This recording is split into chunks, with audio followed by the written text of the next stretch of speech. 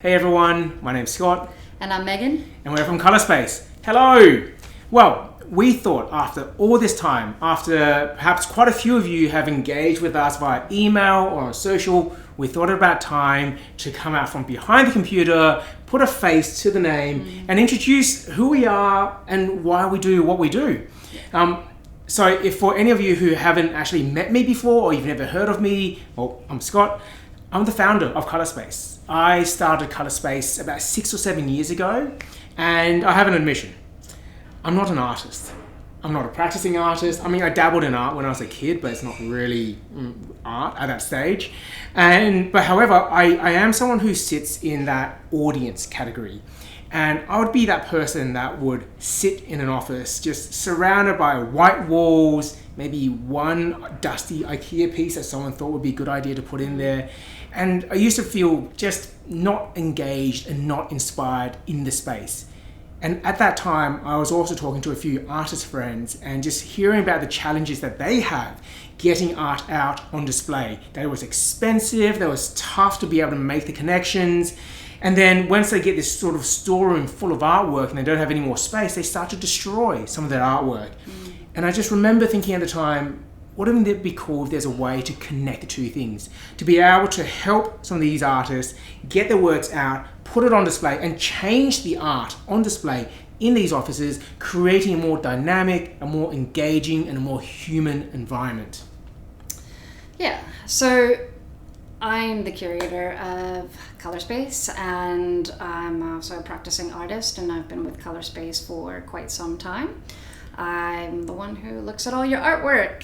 So I get to see it. I've talked to some of you personally, in person, on the phone, or just by emails. So what we're doing is we're bringing out artists and emerging artists. We're helping them to get their artwork in front of new eyes, okay? Instead of you having your artwork at a gallery, which might be a bit costly, a bit expensive, we take your artwork to different offices, which means you don't have to have your audience members come to one location to see your work. We get to rotate the artwork around to different venues, to different audience members who maybe wouldn't see your artwork otherwise, because we know in galleries sometimes there's just a certain crowd that only goes to art galleries, and other people might not feel comfortable going to art galleries, just as some artists don't feel comfortable showing in front of art galleries. So Colorspace, it's more of a relaxed system where you get exposed to new audience members who get to see your work, and it gets rotated around. So you have a much broader audience than you would if you were just at a gallery. Absolutely. When I first started Colorspace, the vision that I had was, what if the entire city was a gallery? Yeah. And that every one of these spaces, whether it's an office, a university, a hospital, these were all exhibition spaces and exhibition rooms. And we have these exhibitions that be able to change and rotate around the entire city. And that's ultimately what Colorspace is about. That whilst it is about the art itself, even bigger than that, it's about the change. From the perspective of someone who sits in those spaces, like we didn't evolve to sit in a white box somewhere and to be in a static environment. We evolved to be in spaces that change with us. And for me, art is something that's so uniquely human. It's a human creation. It's one of those things that helps us capture stories, captures emotions. It's a way of connecting with people in a very unique way, something that grows beyond borders in a very literal sense. Yeah. And so to be able to bring these stories into a space, to be able to change it around, it gives people a chance to be able to engage with different art, with different ideas, with different artists. And as Megan said, for people who don't traditionally go to a gallery, this is a way to be able to almost have the gallery go to where people are and to be able to introduce to some of those stories and the art. Yeah.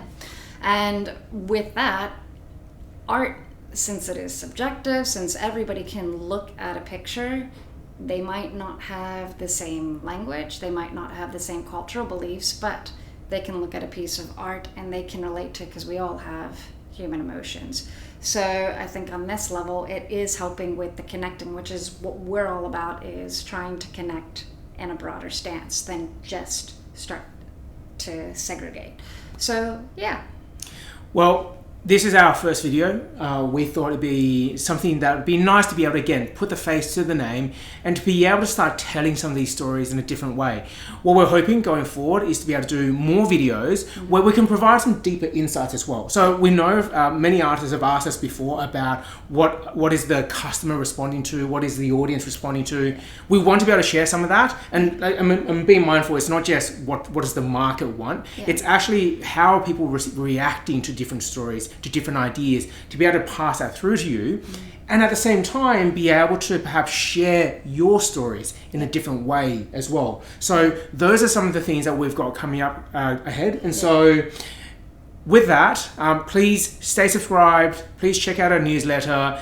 If you have ideas for stories that you would like to tell and to explore, please feel free to get in touch. Otherwise, or questions, like if you have any questions that you want us to answer, we're not mind readers, so please ask us, and that'll help us. We can even give you more content that way as well.